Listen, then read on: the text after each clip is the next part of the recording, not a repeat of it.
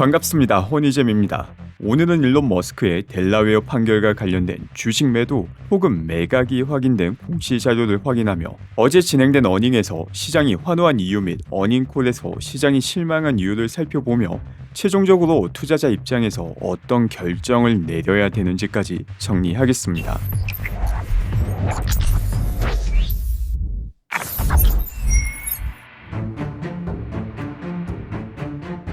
오늘 3개의 테슬라 공시 자료가 확인되었습니다. 그중 하나가 어제 진행되었던 어닝과 관련된 탱큐이고 나머지 2개가 일론의 주식 매도 및 지분율과 관련된 정보를 담고 있는 공시 자료입니다. 먼저 일론 머스크의 주식 매도를 알리고 있는 폼4부터 보게 되면 960만 주를 0달러에 처분했다는 것을 볼 수 있습니다.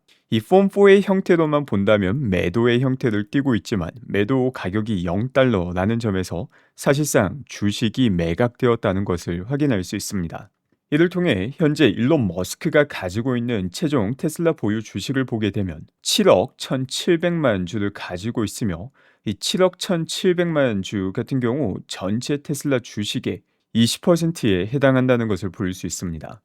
그리고 일론 머스크가 가지고 있는 주식수와 관련해서 조금 더 추가적인 정보를 확인할 수 있습니다. 일론 머스크 같은 경우 테슬라 일반 주식과 옵션을 동시에 가지고 있습니다. 옵션 같은 경우 과거 CEO 보상안의 조건들을 만족함으로써 부여되었으며 이 옵션을 행사할 경우 앞서 살펴보았던 7억 1,700만 주를 확보할 수 있게 됩니다. 그리고 오늘 확인된 9,600만 주 매도 같은 경우 바로 델라웨어 판결과 관련이 있습니다. 일론 머스크 CEO 보상안 같은 경우 테슬라의 시총을 10배 키우고 또 동시에 여러 가지 운영 지표를 만족할 때 제공이 되는 CEO 보상안이었습니다. 그런데 델라웨어에서 판사 한 명이 그 보상안이 과하다라고 취소를 시켰죠. 그 다음에 주총을 통해서 주주들이 CEO 보상안을 다시 통과시켰음에도 불구하고 델라웨어에서는 그래도 상관없다라고 이야기를 했었습니다. 그 이후 테슬라는 본사를 델라웨어에서 텍사스로 옮기게 됩니다. 텍사스로 본사를 옮기고 난 다음에 델라웨어 판사가 생떼를 쓰기 때문에 만에 하나 일론 머스크가 보상을 받지 못하게 된다면 제한 보통주를 일론 머스크에게 제공해 줌으로써 그 보상의 일부를 주겠다라는 안건을 주총을 통해서 올렸었고 이 안건 역시 주총에서 투표를 통해서 통과가 되었습니다. 바로 이때 발행했던 주식이고 만약 델라웨어에서 일론 머스크 보상안을 주는 판결이 나오게 된다면 이 9,600만 주는 포기한다 라는 내용이 들어가 있었고 그 포기의 과정으로 오늘 이 9,600만 주를 0달러에 매도했다라는 공시를 확인할 수 있었습니다. 그 밖에 어제 진행된 어닝 같은 경우 어닝 수치와 어닝 자료에 나와 있는 내용들은 시장을 환호할 만한 내용이었지만 어닝콜이 진행됨에 따라서 상당한 실망감을 보여주었습니다. 그리고 이 어닝에서 가장 중요한 포인트는 어닝 전에도 정리했듯이 카펙스와 로보택시 확대였습니다.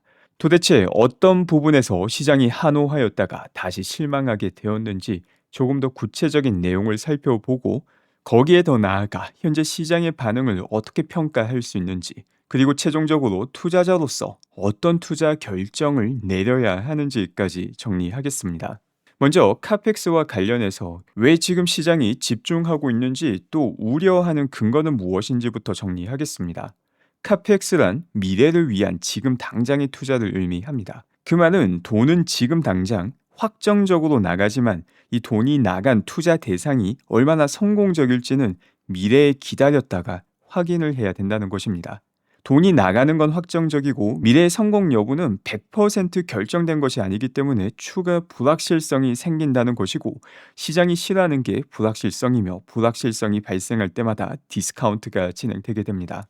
마치 자영업자가 처음 비즈니스를 시작할 때 상당히 큰 금액의 목돈이 나갈 때 여기에 대한 부담감을 느끼는 것과 똑같은 반응이 테슬라에 보여준 반응인 것입니다. 그런데 어닝이 진행될 때를 보면은 우리가 생각했던 것보다 카펙스의 규모가 훨씬 더 적었습니다. 약 15억 달러 정도 더 적었고 이를 통해서 프리 캐시 플로우 역시 마이너스까지 우려를 했었는데 오히려 전분기보다 더 올라가는 모습을 보여줍니다. 거기에 더해서 영업현금 흐름까지 지난 4분기보다 더 뛰어난 모습을 보여주며 이 어닝 자료가 발표될 때만 하더라도 이 카펙스와 관련된 우려가 너무 가했다라는 평가와 함께 시장이 환희를 보여주게 됩니다. 그런데 어닝콜이 진행됨에 따라서 CFO가 카펙스가 연간 200억 달러 수준이 아니라 250억 달러 수준으로 올라가게 될 것이다 라고 밝힙니다. 이번 분기에 확인된 카펙스 같은 경우 상대적으로 상당히 낮았지만 앞으로 남아있는 기간 동안 카펙스가 엄청나게 가파르게 증가할 것이다 라고 말을 한 것입니다. 여기에 더해서 올 하반기 같은 경우 테슬라의 프리 캐시플로우는 마이너스가 될 것이다 라는 발언까지 함께 진행합니다. 테슬라가 분명 충분한 현금을 가지고 있지만 최소한 올해 하반기 같은 경우 현금을 잃으면서 비즈니스를 진행한다라고 말을 하니까 시장이 평가하는 테슬라에 대한 불확실성은 더 커질 수밖에 없는 환경이 되었고, 여기에 따라서 테슬라의 미래 가치가 높다 하더라도 할인율을 더 높이며 주가가 빠지는 모습이 확인된 것입니다. 시장의 이런 반응은 이해되기도 하며 일부 타당한 성격도 분명 가지고 있습니다. 카펙스의 금액 자체가 증가한다는 것 자체가 불확실성의 크기가 커진다는 것입니다. 카펙스라는 게 미래를 위한 투자인데 이 미래를 위한 투자가 대박이 날지 쪽박이 날지 사실 뚜껑을 열어보지 않으면 그 누구도 100%라고 말을 할 수는 없는 것입니다. 어느 쪽이 확률이 더 높다라고 평가할 수는 있지만 신이 아니라면 미래는 그 누구도 알 수 없는 것이죠. 그리고 카펙스 금액이 증가하게 된다는 것은 쪽박이 났을 때 잃는 돈이 커진다는 말이고 그거 자체가 불확실성이 커진다는 의미가 됩니다. 또한 CFO가 확정적으로 올 하반기 같은 경우 프리 캐시플로우가 마이너스가 된다라고 말을 했기 때문에 버는 돈보다 더 많은 돈을 미래를 위해서 투자하겠다라고 공식적으로 밝힌 것이고, 이 투자에 대한 정말 높은 확신이 없다면 테슬라 할인율은 커질 수밖에 없는 상황이 된 것입니다. 그런데 이와 같은 내용이 정말 100% 부정적인 것일까?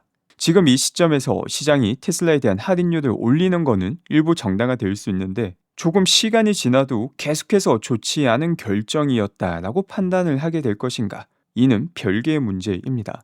일론 머스크가 지금까지 성취한 모든 일은 해당 시점에서는 잘못된 일이고 터무니없는 일이며 시장이 납득할 수 없는 일이었습니다. 그런데 지금 시점에서 일론 머스크의 과거 결정들을 평가해 보자면 너무나도 탁월한 선택이었다라는 평가를 내리게 됩니다.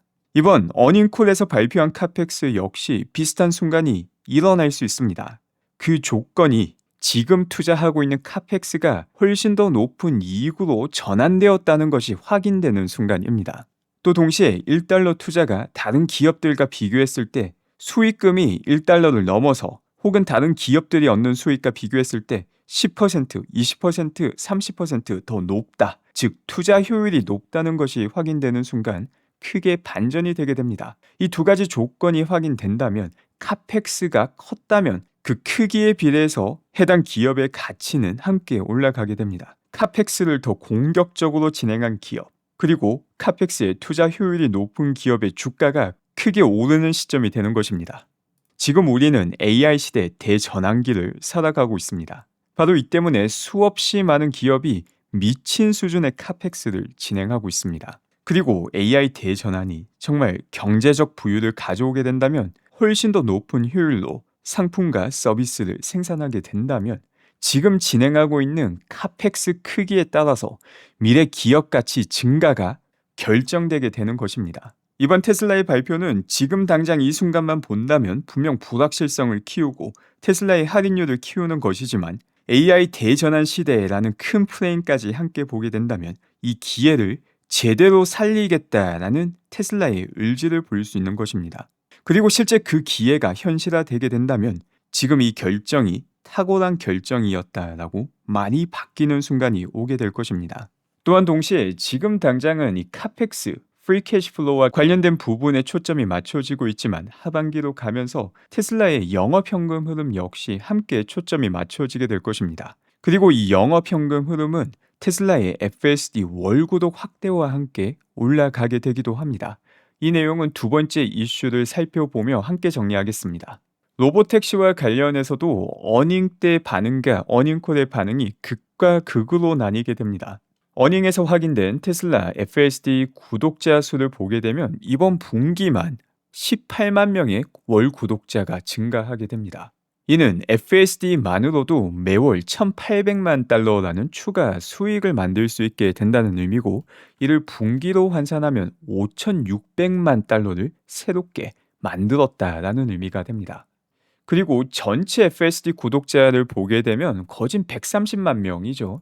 이 전 세계 유료 FSD 고객 130만 명 모두가 월 구독을 사용한다라고 가정하면 이만으로도 매월 1억 3천만 달러의 구독 수익을 올릴 수 있게 되고, 매 분기마다 3억 9천만 달러의 구독 수익을 얻을 수 있게 됩니다. 이번 분기 테슬라가 기록한 총 순이익이 14억 달러라는 점을 감안하면 매 분기 3억 9천만 달러에 달하는 구독 수익은 지금 수준으로도 완벽하게 무시할 만한 수치가 아니다라는 걸 볼 수 있습니다.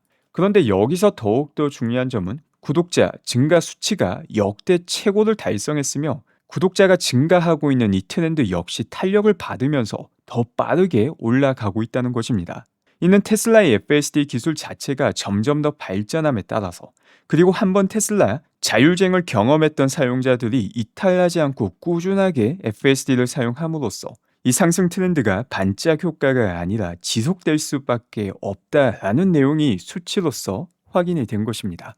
이를 통해서 지금 또 어느 정도 의미 있는 기여를 순이익에 하고 있는 게 테슬라의 자율주행 월구독인데, 앞으로는 훨씬 더 큰 부분을 담당할 수 있다는 것을 보여준 것입니다. 그리고 바로 이 내용이 앞서 살펴본 것처럼 프리 캐시 플로우가 마이너스가 된다 하더라도 이는 미래를 위한 정말 공격적인 투자 때문이지, 영업현금 흐름은 앞으로 충분히 유의미하게 증가할 수 있다는 것을 보여주는 내용이 됩니다. 그런데 어닝콜이 시작이 되고 카펙스에서 먼저 맞고 로보택시와 관련해서 다시 한 번 더 두드려 맞게 됩니다. 바로 대규모 로보택시 확대가 버전 15 다음에 진행이 될 것이며, 이는 2027년이 될 것이다 라는 일론 머스크의 발언이 가장 결정적이었습니다. 또한 동시에 일론 머스크의 다양한 발언을 보면은 과거에는 비전을 제시했는데 지난 어닝콜 같은 경우 훨씬 더 현실적인 제약에 초점을 맞추는 모습을 보여주었습니다. 바로 이 때문에 일론의 관점 및 태도가 부정적으로 보였다라는 이유로 주가 하락의 빌미를 추가로 제공하기도 합니다. 그런데 앞서 포인트와 관련해서도 정말 실망할 일인지 생각해 볼 필요가 있습니다.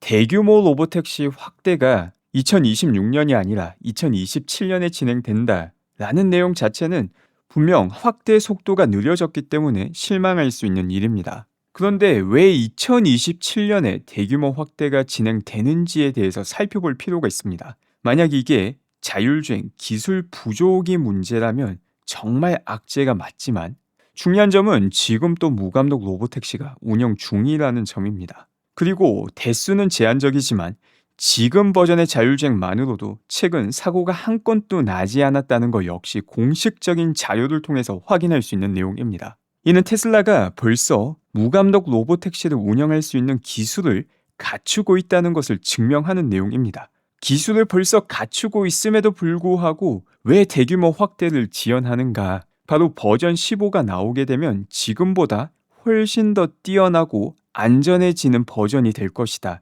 라고 확신하기 때문입니다. 지금 또 분명 뛰어난 기술을 갖추고 있지만 이 다음 버전에서 단순히 사람 수준 혹은 사람보다 더 안전한 수준이 아니라 사람보다 10배 수준으로 더 안전한 자율주행이 만들어지게 된다면 굳이 서두를 필요가 없다는 것이 이유였습니다. 그 어떠한 것도 증명하지 못한 상태에서 제대로 작동되는 무감독 로보택시가 존재하지 않는 상황에서 대규모 확대를 지연시킨 것과 벌써 기술을 갖추고 있는 상황에서 지연시킨 것 사이에는 큰 간극이 존재합니다. 참고로 원격 조정을 통해서 무인 로보택시를 운영하는 회사들은 많지만 테슬라처럼 어떤 형태로든 사람의 개입이 필요한 주행이 한없이 0%로 수렴하는 무인 로보택시는 존재하지 않습니다. 또한 어닝콜에서 일론 머스크의 태도에 대해서도 여러 가지 비판이 있는데, 이번 어닝에서 일론 머스크가 비전을 이야기하지 않은 이유는 이제 더 이상 비전에 대해서 이야기할 필요가 없는 상태가 되었기 때문입니다. 과거에는 일론 머스크가 말하는 내용이 전혀 존재하지 않았기 때문에 이런 이상적인 미래를 현실로 만들 수 있다라는 비전 제시가 필요했고, 이제는 그 비전이 현실이 된 상황입니다. 벌써 현실이 된 상황에서 이를 대규모로 확대하기 위해서 현실적인 제약에 초점을 맞추는 게 무조건 부정적으로 평가해야 되는 일인지는 한번 생각해 볼 필요가 있는 내용입니다.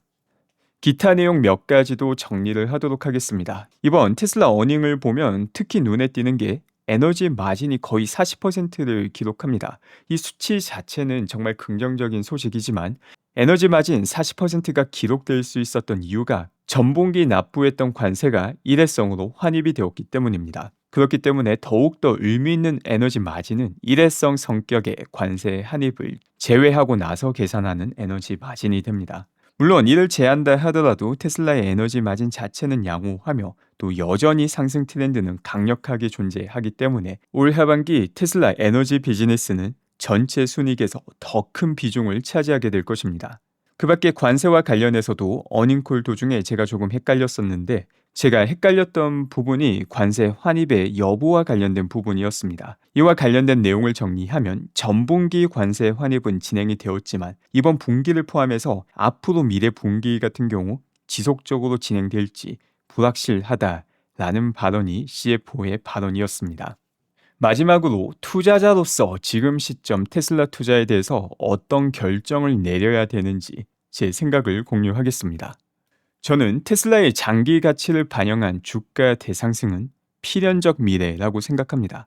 하지만 이는 모두의 생각일 필요는 없습니다. 결국 투자는 본인이 하는 것이기 때문에 결국 투자에서 가장 중요한 주체는 자기 자신입니다. 제가 보는 이 필연적 미래에 동의하지 않으시는 분은 테슬라 장기 투자를 하면 안 되는 것입니다. 테슬라의 미래 가치가 높다는 것도 알겠고, 과거처럼 언젠가 대상승을 맞이하는 시기가 오는 것도 알겠지만 이게 언제 펼쳐질지 모르기 때문에 너무 힘들다라는 분들 역시 많다고 생각합니다. 그리고 이 부분은 안타깝지만 그 누구도 해결책을 제공해 줄 수 없는 부분입니다. 시장에서 정확한 타이밍을 잴 수 있는 사람은 그 누구도 존재하지 않습니다. 본인이 타이밍을 잡을 수 있다고 주장하는 사람들 혹은 그렇게 생각하는 사람들은 많지만 실제로 이를 현실화시키는 사람은 존재하지 않습니다. 시장 타이밍을 잡을 수 있다고 생각하는 사람은 본인은 스스로 생각하고 있다고 믿겠지만 사실은 생각이 무엇인지에 대해서부터 생각할 필요가 있는 것입니다. 그렇다면 투자자로서 어떤 투자 결정을 내려야 될까?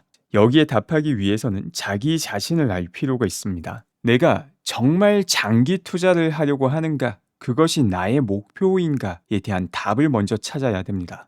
펀더멘탈이 확실한 기업들 같은 경우 테슬라를 포함하여서 장기 투자를 하게 된다면 몇십 배, 몇백 배의 수익을 보여주는 경우가 많았죠. 그리고 똑같은 일은 미래에도 반복될 것입니다. 그럼에도 불구하고 내가 정말 장기를 기다릴 수 있는가에 대한 답변 역시 필요합니다. 장기 투자를 정말 하고 싶은데 이게 너무 고통스럽다면 그 고통을 해소하는 방법을 찾는 것이 장기 투자를 가능하게 해주는 하나의 방법이라고 생각합니다. 장기 투자 중 나를 힘들게 하는 게 테슬라의 높은 변동성으로 인해서 매일마다 출렁이는 잔고를 보는 게 너무 힘들다면 이는 내가 감당 불가능한 금액을 투자하고 있다는 의미가 됩니다. 테슬라의 높은 변동성 같은 경우 상장 이후 지금까지 꾸준하게 지속된 것인데 이를 모르고 투자했다는 것은 말이 되지 않는 이야기입니다. 이를 알고 투자했지만 실제 경험해 보니까 너무 힘들다. 전 충분히 그럴 수 있다라고 생각하고 저 역시 똑같은 경험을 겪었습니다. 이런 경우에는 오히려 투자 금액을 줄이는 게 테슬라 장기 투자를 가능하게 하는 방법이 될 수 있습니다. 또 다른 이야기로는 테슬라의 변동성을 떠나서 다른 주식들은 신고가를 경신하고 있는데 테슬라만 함께 가지 못하니까 너무 힘들다, 상대적 박탈감을 느낀다 라는 이야기 역시 많이 나오는 이야기 중 하나입니다. 그리고 이도 충분히 있을 수 있는 일입니다. 저 또한 과거 일론 머스크가 엔비디아가 10배가 되기 이전에 엔비디아의 중요성을 강조하는 충분한 힌트를 주었음에도 불구하고 테슬라에 100% 올인 투자를 함으로써 그 시기를 놓친 것에 대한 어느 정도 마음의 상처가 분명 존재했습니다. 그리고 작년부터 일론 머스크는 AI 대전환에 대해서 충분한 힌트를 주기도 하였고 다양한 병목에 대한 힌트를 주기도 하였습니다. 그리고 현재 신고가를 경신하고 있는 모든 종목들이 일론 머스크가 준 힌트와 부합하고 있는 상황이기도 합니다. 이처럼 다른 기업들이 너무 잘 나가기 때문에 테슬라 투자가 힘들다면 본인이 생각하기에 잘 나갈 것 같은 기업에 함께 투자하는 포트폴리오를 짜서 분산 투자를 하는 것 역시 오히려 테슬라 장기 투자에 도움이 될 수 있는 방향이라고 생각합니다. 그리고 바로 이 이유 때문에 올해 여러 번 밝혔듯이 저 역시 올해부터 전체 포트폴리오의 30%를 일론 머스크가 제공해준 힌트를 바탕으로 AI 병목 기업에 투자한다라고 여러 번 이야기하기도 하였습니다. 이는 제가 테슬라의 장기 가치가 낮아졌다고 판단해서 내린 결정이 아니라 이 결정을 통해서 내가 테슬라 장기 투자에 성공할 확률을 높일 수 있다고 판단했기 때문입니다. 테슬라 장기 투자는 여러 가지 형태를 띨 수 있습니다. 일론 머스크처럼 100% 올인하는 형태도 분명 가능하지만 일반적인 사람에게는 결코 쉽지 않기도 합니다. 물론 테슬라 올인 투자를 하게 된다면 테슬라 3차 점프 이후 가장 높은 수익률을 보여줄 가능성은 현재로도 아주 높다고 생각합니다. 지금 당장 몇 퍼센트, 몇십 퍼센트의 엄청난 죽는 소리가 나오지만 실제 텐베거가 일어나게 되면 그 몇십 퍼센트의 의미는 정말 작아지게 됩니다. 그럼에도 불구하고 꼭 올인 투자만 해야 되는 것은 아닙니다. 테슬라의 장기 가치에 대한 확신이 있다면 그 기간 동안 건강하게 기다릴 수 있는 것입니다. 그리고 내가 건강하게 장기 투자를 하기 위한 방법을 찾는 게 가장 중요한 것입니다. 투자의 최종 결과도 중요하지만 그 과정 역시 중요합니다. 그 과정을 통해서 나에게 도움이 되고 주변 사람들에게 도움이 될 수 있어야지. 오히려 문제가 생긴다면 그 투자 과정에 대해서 수정할 내용이 없는지 생각해 보는 것 역시 중요하다고 생각합니다.